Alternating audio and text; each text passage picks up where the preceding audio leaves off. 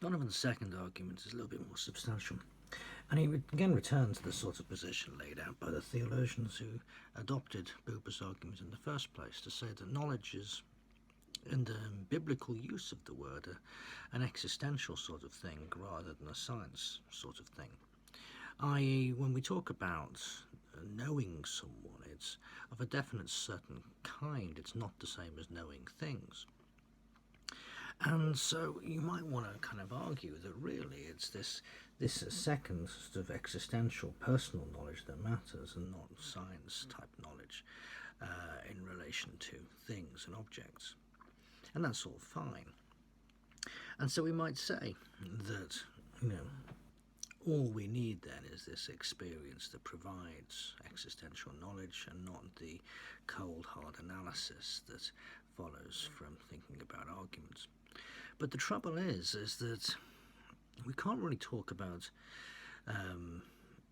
experience in isolation without already having some form of I-it, sort of, objective knowledge.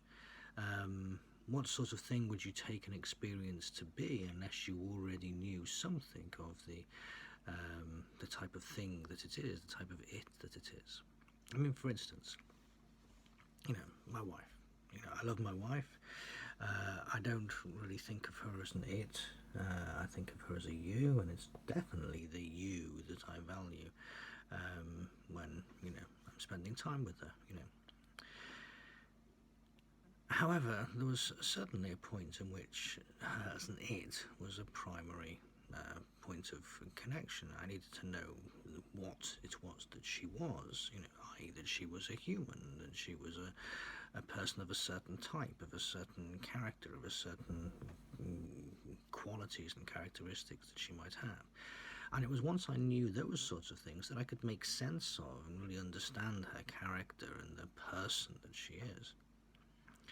Now, you don't really need to have all of that sort of I-it knowledge before you can form an I-you type experience, but it really doesn't make any sense at all to say that you can form an I-you experience with no I-it knowledge at all, which is what theologians are sort of implying.